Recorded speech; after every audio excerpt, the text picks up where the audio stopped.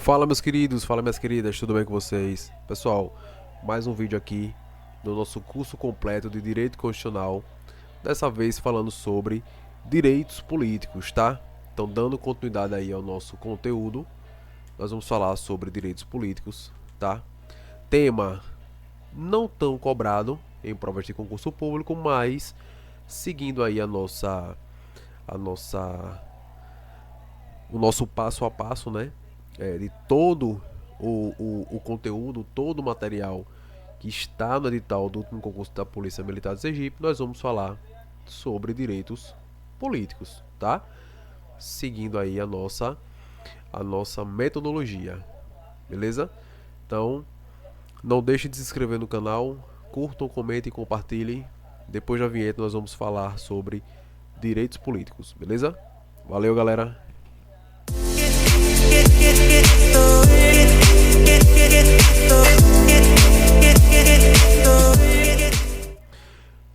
Pronto, galera, vamos lá, vamos dar continuidade aqui. Vamos agilizar. Tempo é dinheiro e para concurseiro, tempo é ouro. Tempo é ouro. Pessoal, direitos políticos. Os direitos políticos são aqueles que garantem a participação do povo no processo de condução da vida política nacional, tá? Então, os direitos políticos são, portanto, instrumentos de exercício da soberania popular, característica dos regimes democráticos. Então, esses regimes podem ser de três diferentes tipos. O primeiro é a democracia direta, é aquela que o povo exerce o poder diretamente, sem intermediários ou representantes, tá? O segundo é a democracia representativa ou indireta. É aquela em que o povo elege representantes que, em seu nome, governam o país. E tem depois, a terceira e última, a democracia semidireta ou participativa, que é aquela em que o povo tanto exerce o poder diretamente quanto por meio de representantes. Então, trata-se de um sistema híbrido com características tanto da democracia direta quanto da indireta. Essa é a adotada no Brasil. Essa é adotada no Brasil, que utiliza certos institutos típicos da democracia semidireta, tais como o plebiscito, o referendo e a iniciativa popular de leis, tá? Então vou deixar aqui marcado essa democracia semidireta ou participativa, porque é justamente essa que é cobrada em prova de concurso público. Geralmente as bancas costumam, né, perguntar qual é o tipo da democracia adotada no nosso território. E a semidireta ou participativa, tá? Em que o povo, né, tanto exerce o poder diretamente quanto por meio de representantes, ou seja, é o ato de votar e ser votado, beleza? Direitos políticos positivos, falando aqui sobre o artigo 14, né, que é justamente o artigo que fala sobre os direitos políticos. Então, a soberania popular será exercida pelo sufrágio universal e pelo voto direto e secreto, com valor igual para todos e nos termos da lei, mediante plebiscito, referendo e a iniciativa popular, tá? Gravem o caput do artigo 14, porque também costuma cair em provas de concurso público, tá? Dessas três,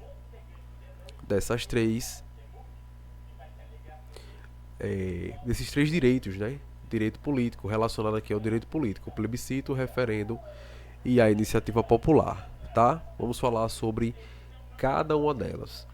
O direito de sufrágio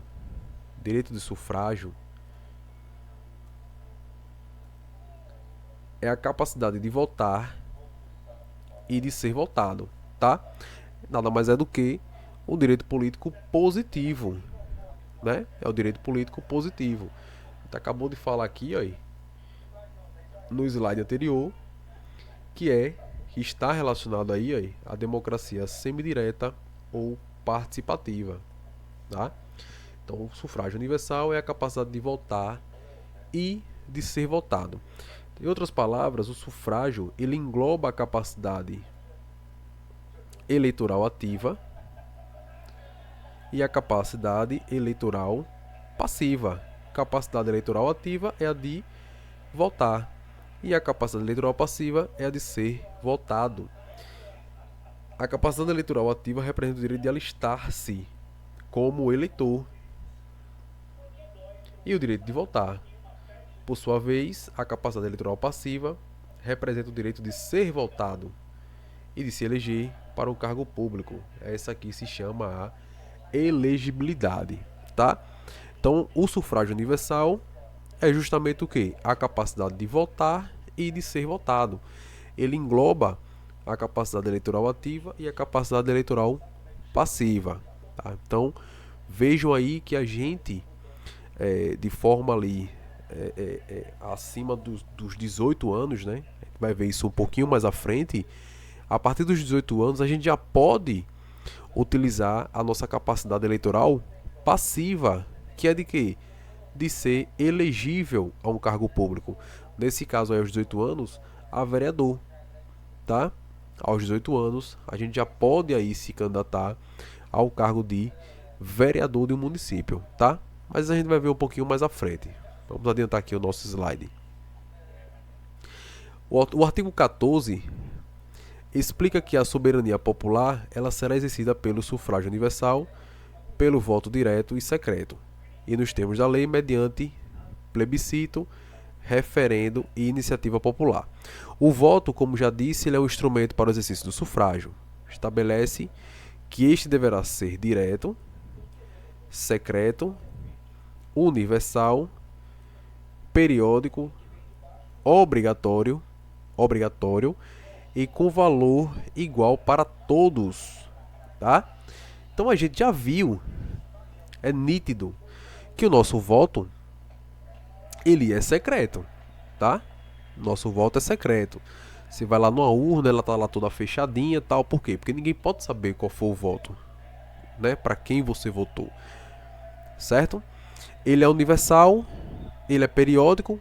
A gente sabe que as eleições ela acontece, né? Um período de 4 anos e é de valor igual para todos. Então, o mesmo poder de voto que uma pessoa de baixa renda tem é o voto dele é o mesmo voto de uma pessoa rica, um milionário, tá?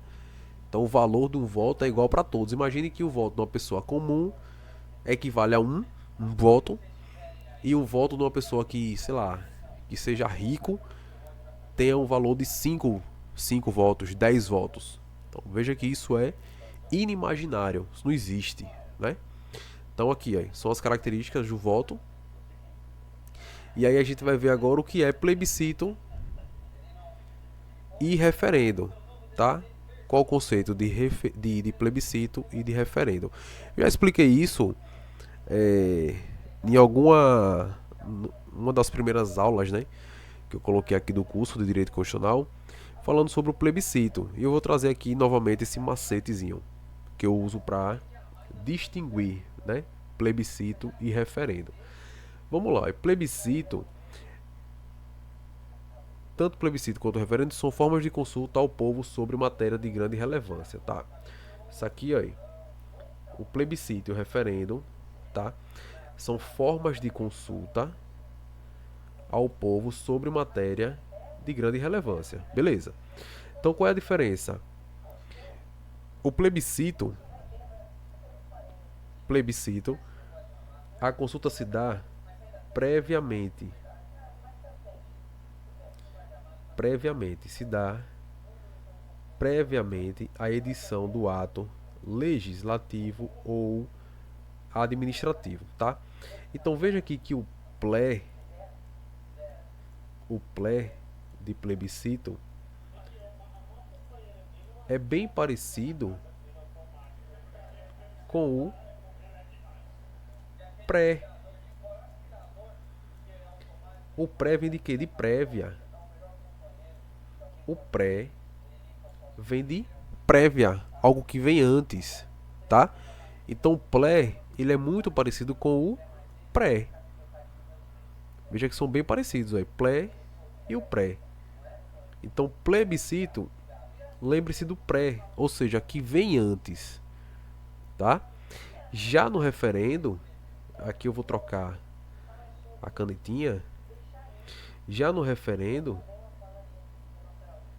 a consulta popular ocorre posteriormente à edição do ato legislativo ou administrativo, tá?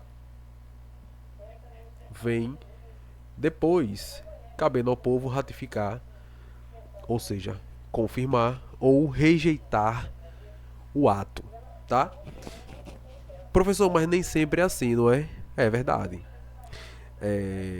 Na Quando trouxeram a ideia aí da questão da lei do desarmamento, né? Foi feito um plebiscito para saber o que era que a galera queria, né? O que era que a galera achava sobre a questão do desarmamento. E a população, em peso, votou contra o desarmamento. A galera toda votou contra o desarmamento. Porém, pasmem, o governo deu continuidade, né, ao ato legislativo e criou aí a lei do desarmamento, tá? Desarmando aí toda a população brasileira aí na época, certo? Então vejam que a diferença de plebiscito para referendo é justamente essa. O plé vem antes, plé vem de pré, o plé vem de pré, é muito parecido, tá vendo?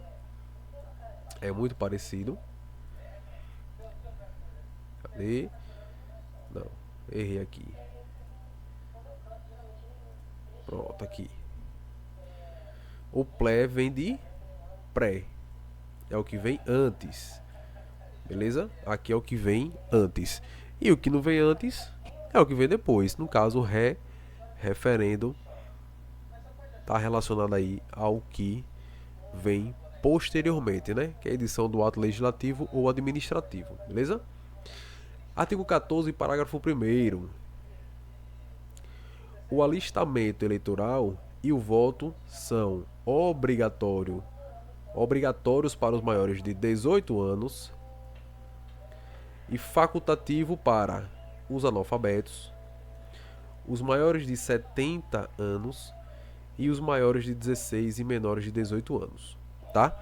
Então, o parágrafo 1º do artigo 14, ele é muito tranquilo. Ele é muito tranquilo e é bem didático, certo? O alistamento eleitoral e o voto, ou seja, para você se alistar, para você se eleger, né, algum cargo, você tem que ter aí no mínimo 18 anos. Desculpa, deixa eu reformular aqui. O alistamento eleitoral, pessoal, é o ato de você votar, certo? De você se alistar para votar, certo? Alistamento eleitoral é quando você vai lá tirar seu título de eleitor. Quando você vai tirar o seu título de eleitor, você está se alistando no âmbito eleitoral, certo? E aí é obrigatório para os maiores de 18 anos, certo? Obrigatório para os maiores de 18 anos e é facultativo para os analfabetos, os maiores de 70 anos e para os maiores de 16 e menores de 18 anos. Facultativo por quê? Porque você não é obrigado. Fica a seu critério, tá? Fica a seu critério. Meus avós, por exemplo, mesmo depois de 70 anos, né? Eles não tinham mais a obrigação de votar, mas eles iam, né? Eles gostavam de ir na escola, ir lá e escolher o seu representante. Isso era show de bola. Eu achava muito bonito os meus avós, depois de 70 anos, que iam até a escola para poder exercer o seu direito de voto, tá? Mas era obrigatório? Não. Era facultativo, né? Ficava a critério. Outra condição são os analfabetos. Os analfabetos eles não são obrigados a votar, tá? Mas caso queiram, eles também aí podem exercer aí o seu direito de voto, tá? E os maiores de 16, né, já tem ali, é como se fosse um pré-requisito para entrar nessa vida aí, né, de eleitor, né? Então, a partir dos 16 anos, eles já podem votar, mas não é obrigatório. Obrigatório só a partir dos 18 anos, beleza? Bem didático aqui, o parágrafo primeiro, bem tranquilo, não é bicho de sete cabeças, beleza? O parágrafo segundo, ele já traz aqui uma condição de que não podem alistar-se como eleitores os estrangeiros, não podem alistar-se como eleitores, e aí eles vão trazer aqui agora os que não podem se alistar, tá? Os estrangeiros, tá? E durante o período do serviço militar obrigatório, os conscritos, beleza? Quem são os conscritos? É aquela galerinha que vai completar os 18 anos, né? Tá naquele período ali, né? De eleição, né? De alistamento militar.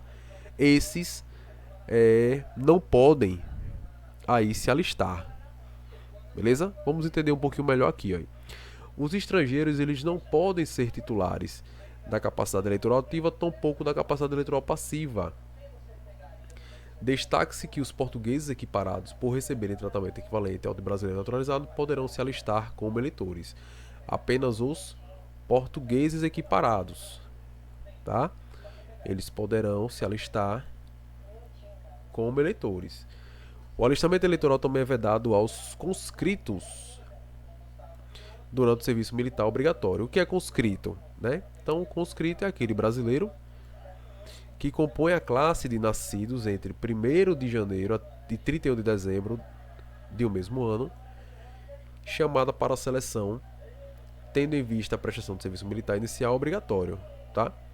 Além disso, o TSE considera conscritos os médicos, dentistas, farmacêuticos e veterinários que prestam serviço militar obrigatório, certo? Bizu para vocês. Se atentem só a isso aqui aí. Aos que não podem se alistar, que são os estrangeiros, e os conscritos, tá? Estrangeiros e os conscritos. Esses não podem se alistar como eleitores, tá, pessoal? Então aqui está um resuminho. O alistamento e voto obrigatórios apenas para os maiores de 18 anos. Alistamento e voto são facultativos para os analfabetos, maiores de 70 e os maiores de 16 e menores de 18 anos, tá? E é vedado aos estrangeiros e durante o serviço militar obrigatório os conscritos, beleza? Isso aqui é o que vocês precisam saber do artigo 14, parágrafo 2º. Só isso aqui, tá? Quando costuma ser cobrado em prova, cobram apenas isso aí. Às vezes eles mudam a data de 70, eles botam para 60, tá? Aqui eles tiram analfabetos e botam semi-analfabetos, entendeu? Então às vezes eles fazem a banca, eles costumam colocar essas pegadinhas para confundir o candidato, mas vocês aí não vão se passar, porque vocês já têm aí esse resumão aí muito bacana, que caso caia em prova, basta vocês entenderem isso aqui, certo?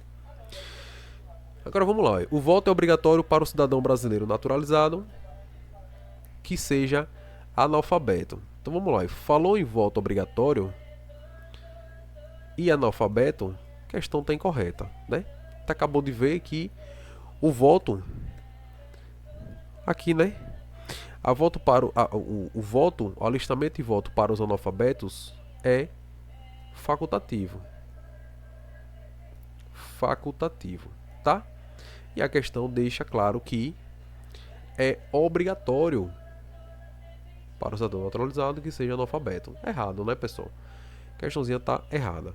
Suponha que se Maísa tenha 18 anos de idade completo e não sabe escrever o seu próprio nome, sendo considerada como analfabeta.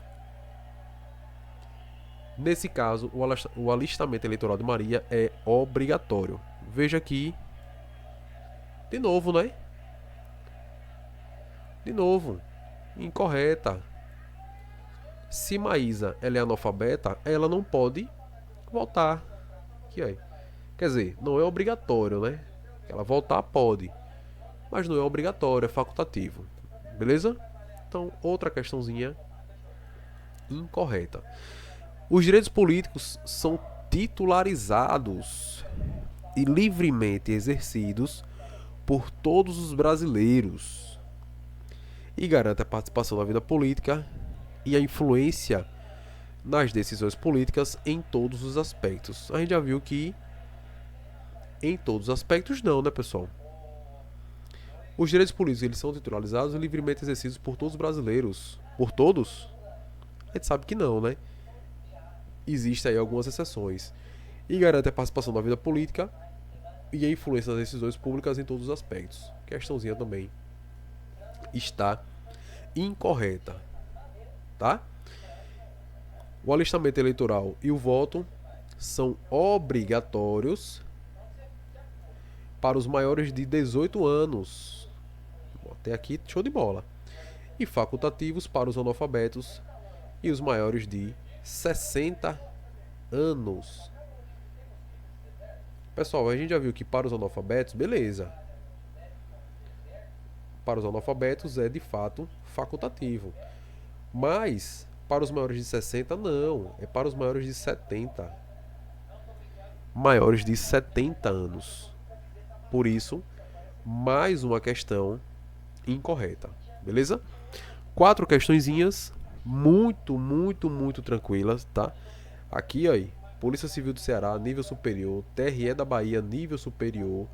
Essas duas aqui também, ó, são de nível superior, que foram adaptadas por mim, tá? Mas todas elas são de nível superior. E veja, questões fáceis, tá?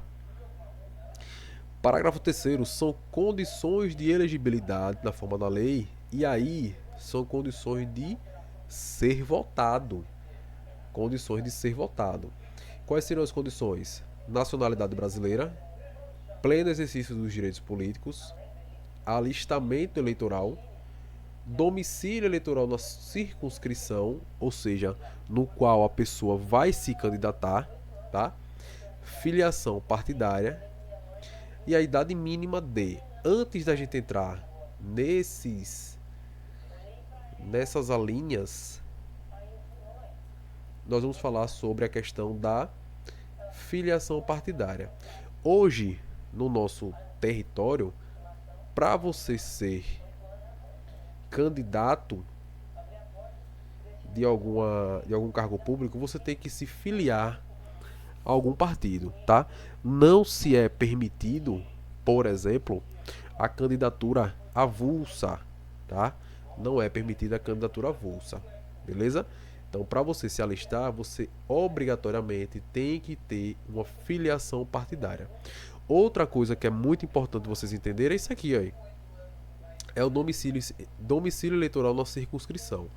Então, o prefeito da minha cidade, ele tem que ter o seu domicílio eleitoral naquela cidade ao qual ele vai ser candidato, tá?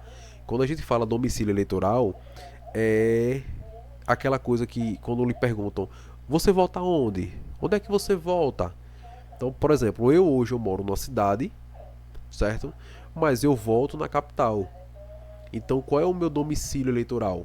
Aracaju, que é a capital, certo? Então, se eu tiver que ser candidato a alguma coisa da cidade que eu moro, eu tenho que transferir o meu domicílio eleitoral de Aracaju para a cidade que eu moro atualmente, certo?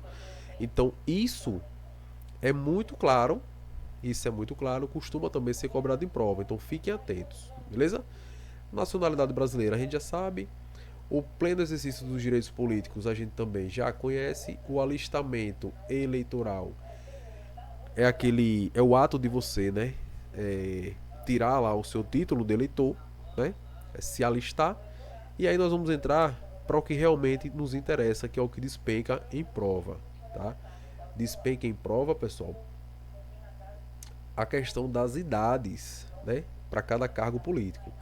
Então, o primeiro aqui é de 35 anos para os cargos de presidente e vice-presidente da República e senador, tá? E aí a pessoa diz, mas poxa, por que 35 anos? Né? Porque o cara não pode, com 20 anos, 25 anos, ser presidente da República, ou vice-presidente da República, ou senador. Isso, pessoal, tem uma explicação que eu já vi na época da faculdade, quando eu estudava, né? Quando eu cursava direito na faculdade, há alguns anos atrás, há quase 10 anos atrás. Que nada mais é do que experiência de vida, tá? O cara com 35 anos, ele já é um cara maduro, ele é um cara que tem uma experiência de vida bacana. Então, ele com 35 anos, ele pode sim ser aí candidato a presidente e vice-presidente da República, como também senador, tá? Como também senador. Beleza? 30 anos para governador, 30 anos para governador e vice-governador do estado e do Distrito Federal, tá? O cara tem que ter 30 anos aí para ser governador do estado, né? Ou vice-governador do estado, como também do Distrito Federal, beleza?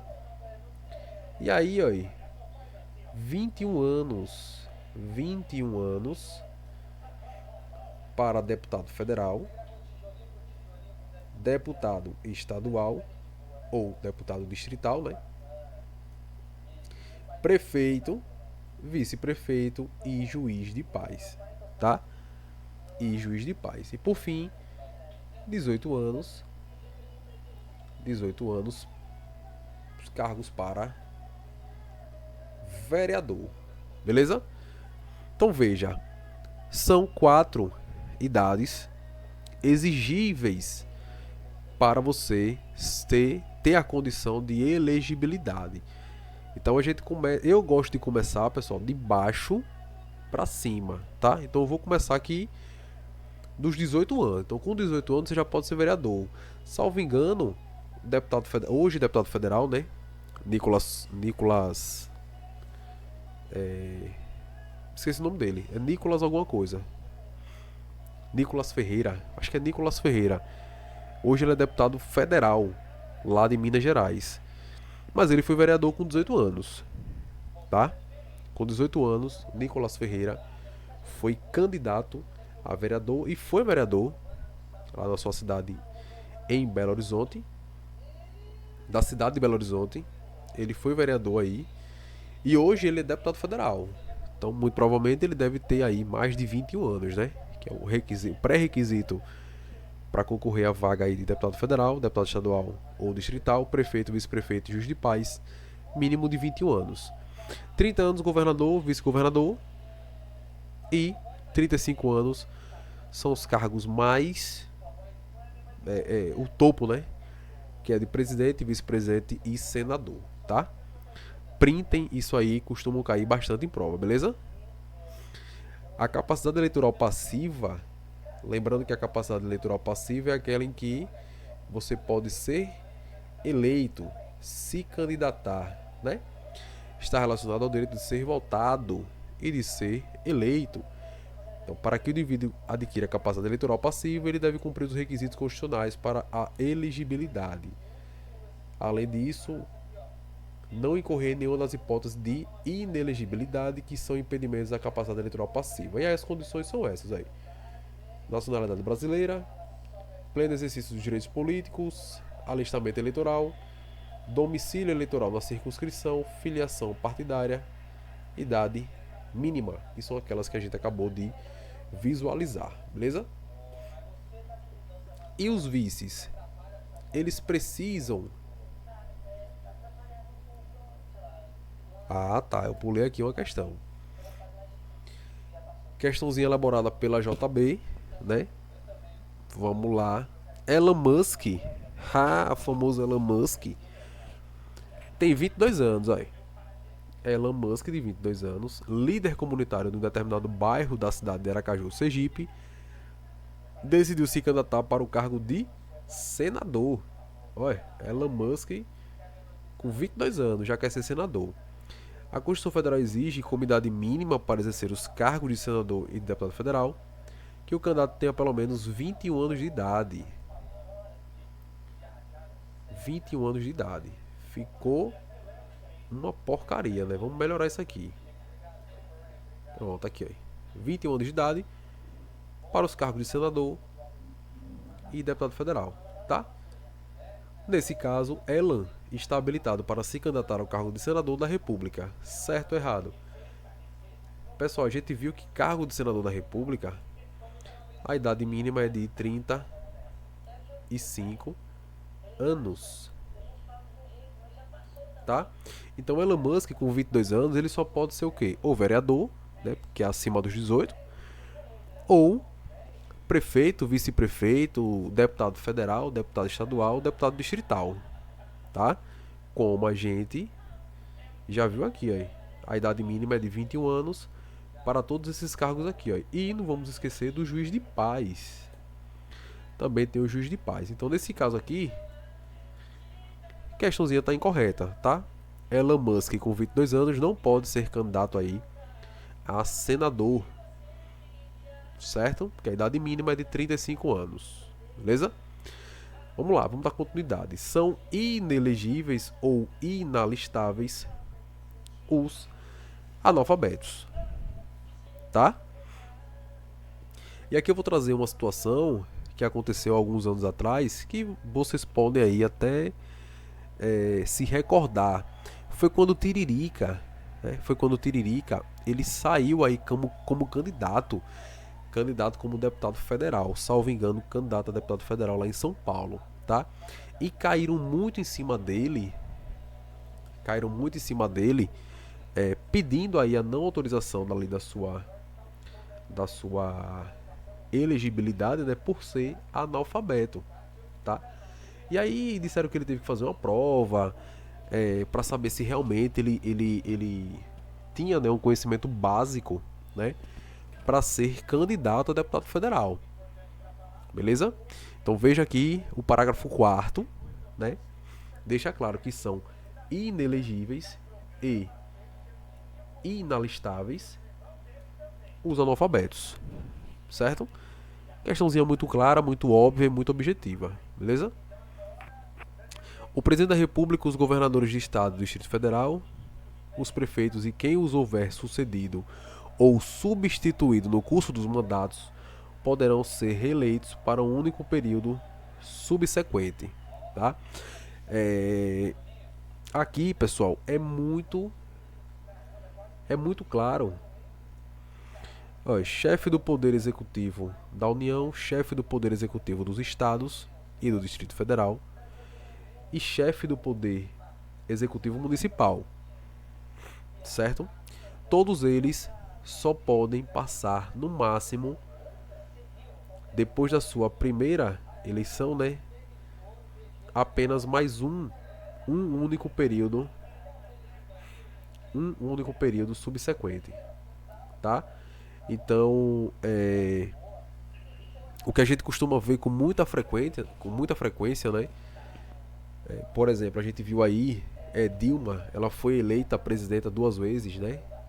Foi reeleita aí em uma única situação. O presidente Lula, ele também já foi reeleito também, ganhou a eleição, passou 4 anos e foi reeleito para mais 4 anos, tá? Como também tem prefeitos que conseguem se reeleger, tem governadores de estado também que conseguem se reeleger, tá? Então observem que são chefes do poder executivo, E aí tem da União, dos estados e dos municípios, tá? Só podem ser reeleito por um único período, tá? Vereador, deputado federal, deputado estadual e senador, ele pode ser eleito e reeleito quantas vezes for necessário. Então existem aí deputados, senadores, vereadores que têm mais de 10 anos, 15 anos ali como senador, como deputado federal, como deputado estadual, tá? Vai sempre ali se reelegendo, tá? Vai sempre ali se reelegendo. Mas chefes do poder, chefe dos poderes executivos da União, dos estados, Distrito Federal e dos municípios só podem ser reeleitos para um único período subsequente, beleza? Claro que ele pode sair, passar 4 anos fora e voltar novamente para o cargo que ele, claro, se for eleito, né? Ele pode voltar ali ao seu cargo anterior, mas de forma subsequente apenas um único período, certo?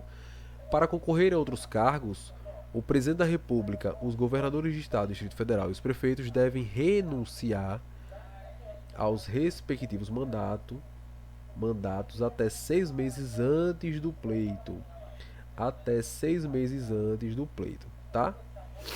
Então, imagina a situação em que o governador daqui do nosso estado, ele pretende ser senador da República, tá? Ele pretende ser senador da República. Então, para ele concorrer ao cargo de senador da República, ele tem que renunciar aos respectivos mandatos até 6 meses antes das eleições, tá? Então ele tem que sair do cargo dele, né? Passar 6 meses antes, né? Então, se as eleições são em outubro, ele tem que sair do cargo em abril, não é isso? Ele tem que sair do cargo em abril, né? Para poder concorrer às eleições de outubro, beleza? Então, geralmente eles cobrem isso aqui, ó, o período, né? Então, o período até 6 meses antes do pleito. E os vices precisam se desincompatibilizar? Nesse caso aqui, pessoal, não, tá? O vice-presidente, o vice-governador e o vice-prefeito poderão concorrer normalmente a outros cargos, preservando seus mandatos, desde que nos 6 meses anteriores ao pleito não tenham sucedido ou substituído o titular. Então, olha, a informação importante é essa aí. Desde que nos 6 meses anteriores ao pleito não tenham sucedido ou substituído o titular, tá? Então, nesse caso, o vice-presidente, vice-governador e o vice-prefeito, eles poderão concorrer normalmente a outros cargos, beleza? Tendo aí os seus mandatos preservados. Parágrafo 7. São inelegíveis no território de jurisdição do titular o cônjuge e os parentes consanguíneos ou afins até o segundo grau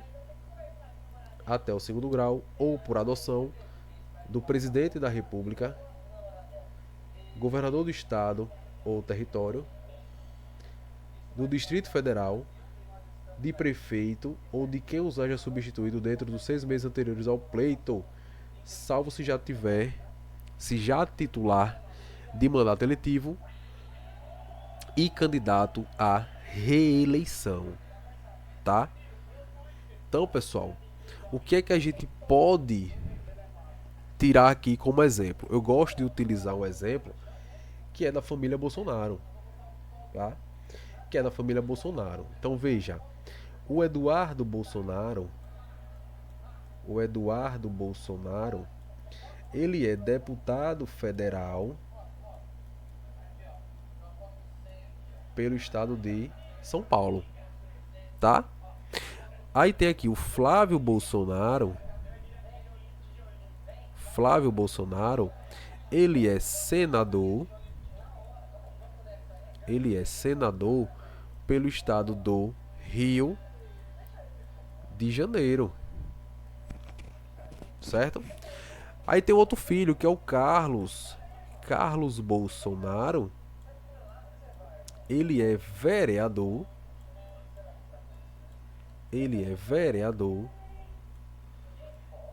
também pelo estado do Rio de Janeiro. Veja, todos eles são familiares, não é isso? Todos eles são o quê? Irmãos. Então imaginem que o Eduardo Bolsonaro, ele é deputado federal lá de São Paulo, e ele quer colocar a esposa dele para ser, por exemplo, deputado estadual do estado de São Paulo. Pode? Não pode. Tá? Não pode. Certo? Então, nesse caso aqui, dentro do território do estado de São Paulo, o cônjuge, a cônjuge, no caso do Eduardo Bolsonaro, e os seus parentes consanguíneos ou afins até o segundo grau, ou até por adoção, não pode, por exemplo, ser candidata, no caso ali a esposa dele, né, não pode ser candidata dentro do território do estado de São Paulo. Beleza? Mas, professor, a gente tá falando aqui do presidente da República, governador do estado, Distrito Federal, e da prefeitura. O que é que tem a ver aqui, por exemplo, deputado federal, senador e vereador? Aqui, pessoal, é um exemplo. É um exemplo de uma família, né, que estão dentro ali da política há um bom tempo, né, mas que eles não estão impedidos, por exemplo, de se alistarem, de ser elegíveis para cargos públicos, justamente por conta disso aí. Então, por exemplo, o governador do estado. Suponhamos que o governador do estado seja eu. Pronto, o governador do meu estado sou eu.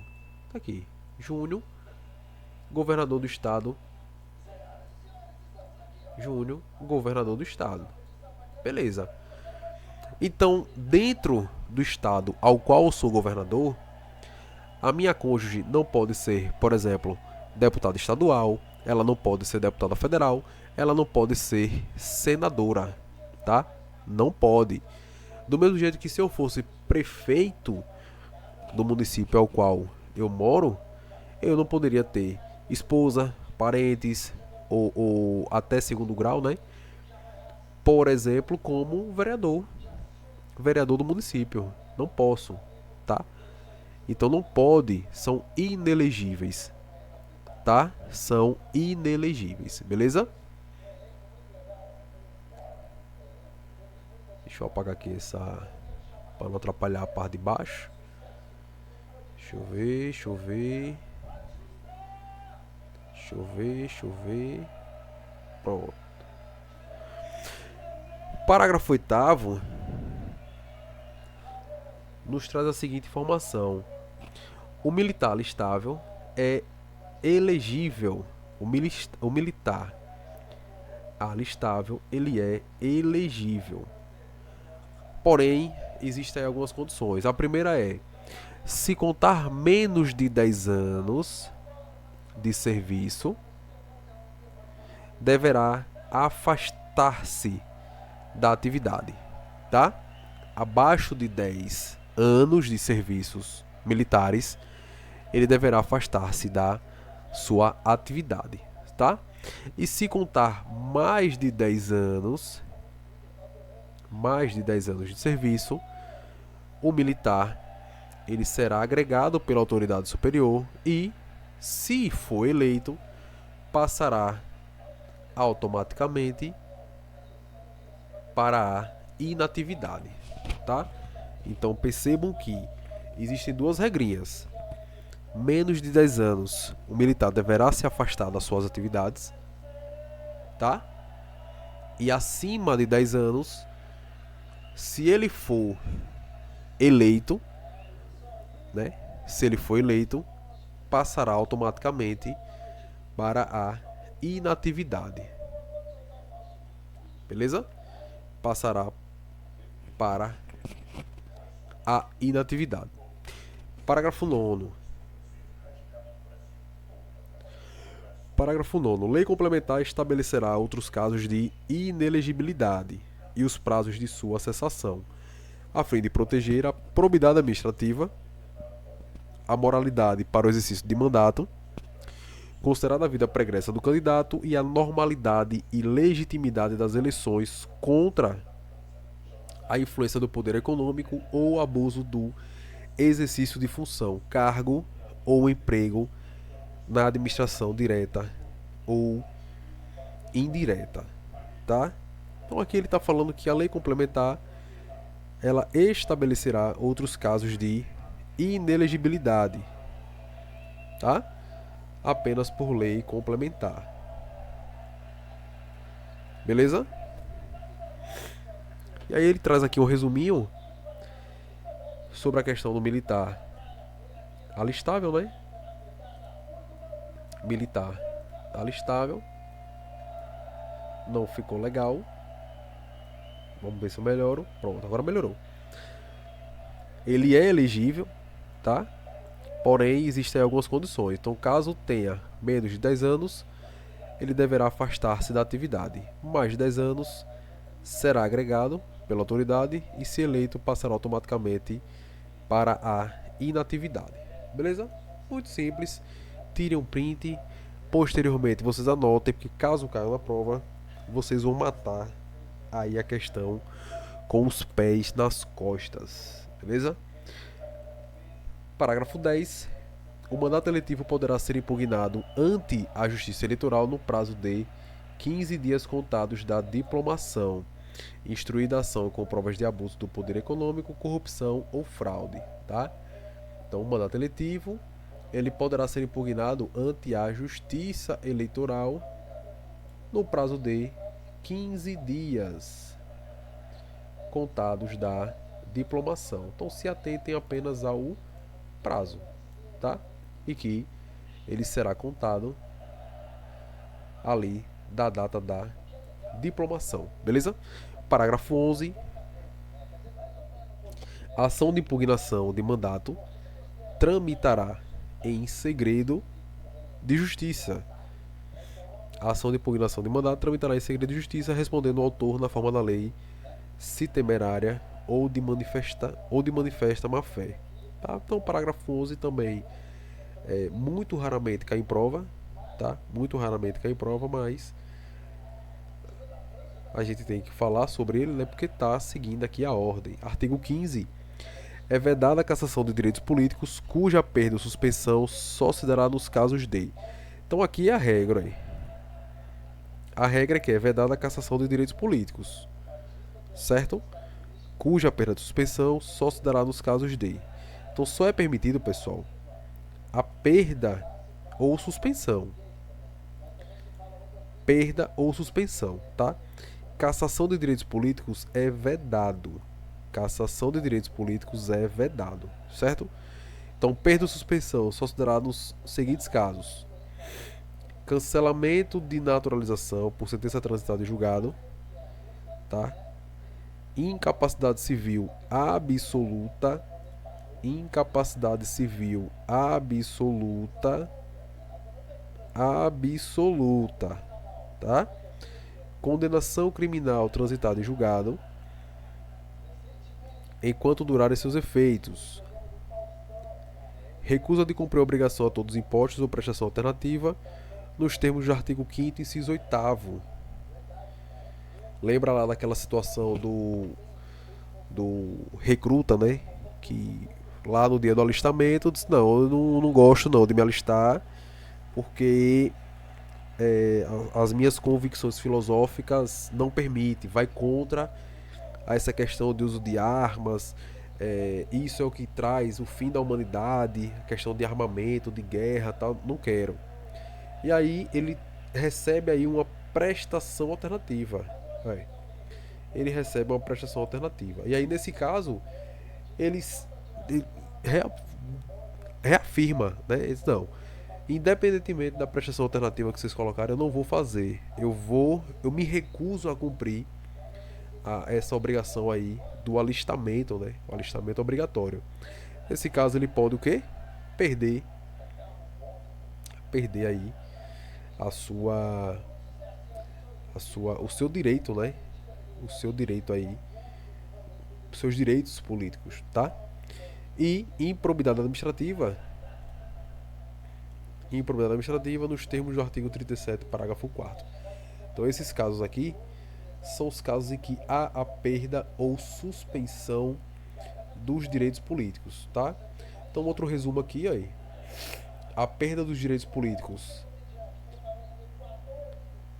quando houver o cancelamento da naturalização por sentença transitada em julgado, ou recusa de cumprir a obrigação a todas as impostas ou prestação alternativa nos termos do artigo 5º, inciso 8º. Ou inciso 8, né? Inciso 8º não, inciso 8. Tá? Então, nesse caso aqui, existirá a perda dos direitos políticos, tá? E a suspensão,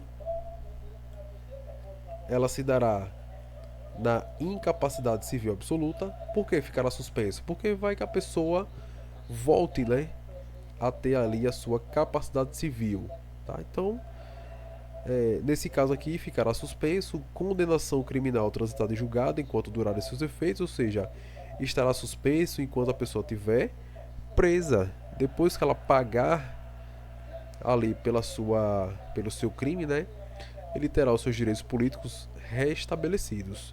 E crimes de improbidade administrativa. Então essas três são os exemplos aí, né, de suspensão dos direitos políticos, beleza? Artigo 16. A lei que alterar o processo eleitoral entrará em vigor na data de sua publicação, não se aplicando à eleição que ocorra até um ano da data de sua vigência. A data aqui aí, até um ano, tá? Então, se eu, por exemplo, se eu quero me candidatar e aí as eleições serão agora, em outubro, tá? A gente tá gravando esse vídeo dia 5 de setembro.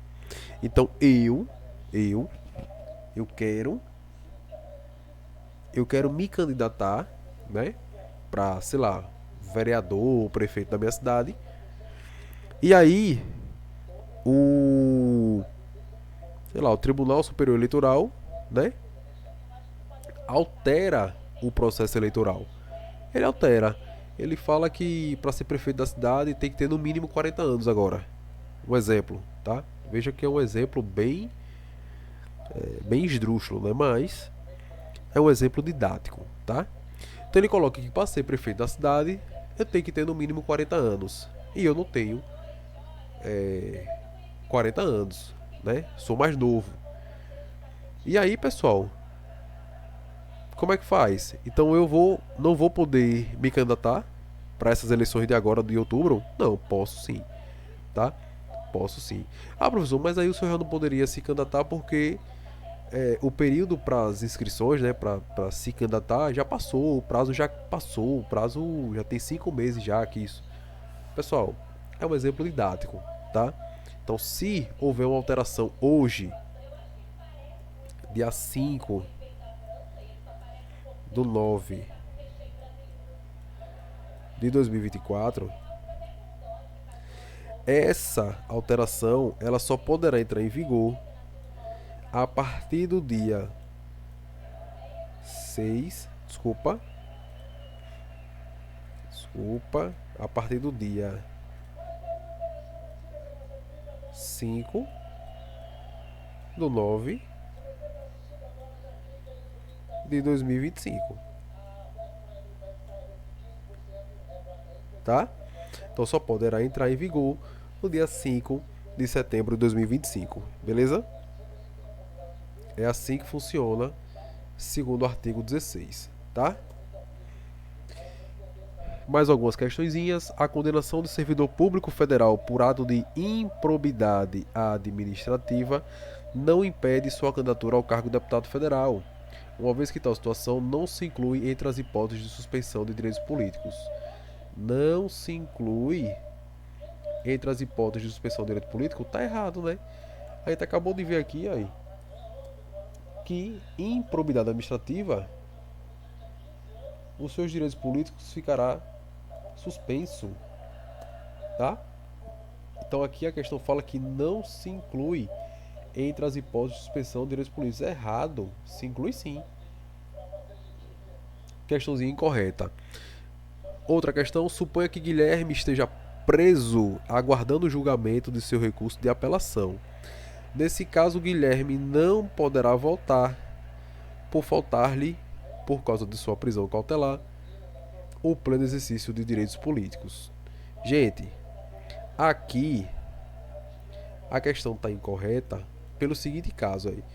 Guilherme não poderá voltar por causa de sua prisão cautelar. Prisão cautelar não suspende direitos políticos, pessoal. O que suspende os direitos políticos é a condenação criminal transitada em julgado. Ou seja, transitada em julgado é quando não tem mais recursos. Quando não tem mais recursos. Nesse caso aqui, o Guilherme, ele está em regime de prisão domiciliar. Ele está em prisão cautelar, tá? Então ainda existe, ele está aguardando o julgamento do seu recurso de apelação. No caso aqui, ele está em prisão cautelar. Nesse caso, questãozinha incorreta, quando a questão fala que Guilherme não poderá voltar, certo? A prática de atos de improbidade administrativa acarreta cassação de direitos políticos. Gente, não existe cassação de direitos políticos, tá? É vedado, aqui aí, é vedada a cassação de direitos políticos. O que pode acontecer é o seguinte: ou você perde, ou você tem ali a suspensão dos direitos políticos. Nesse caso aqui, quando ele fala que houve a cassação, tá errado. Lembrando que atos de improbidade administrativa não há cassação, mas sim suspensão de direitos políticos, tá? A incapacidade civil relativa, ela é suficiente. A incapacidade civil relativa é suficiente para privar o cidadão da fruição dos seus direitos políticos. Questão fácil, porém de difícil compreensão por conta dessas palavrinhas aí que a banca costuma colocar para nos confundir, tá? Mas trocando em miúdos, ele está dizendo que há o civil relativamente incapacitado, ele só pelo fato dele ter essa incapacidade relativa já é o suficiente aí para ele perder os direitos políticos, e a questão também está incorreta, tá? Então ele fala que a incapacidade civil relativa é suficiente para privar o cidadão da fruição dos seus direitos políticos. Questãozinha também está incorreta, beleza? Pessoal, encerramos direitos políticos, tá? Eu até achei que teria mais slides aqui, mas de fato, direitos políticos termina aqui, aí, no artigo 16, tá? Termina aqui no artigo 16. O próximo nosso próximo tema é os partidos políticos. Nós vamos entrar aí na seara dos partidos políticos, beleza? Então, direitos políticos, encerramos aqui com mais 4 questõezinhas, questões bem fáceis, né? Bem tranquilas. Lembrando que todas elas é de nível superior, tá, pessoal? Todas elas é de nível superior.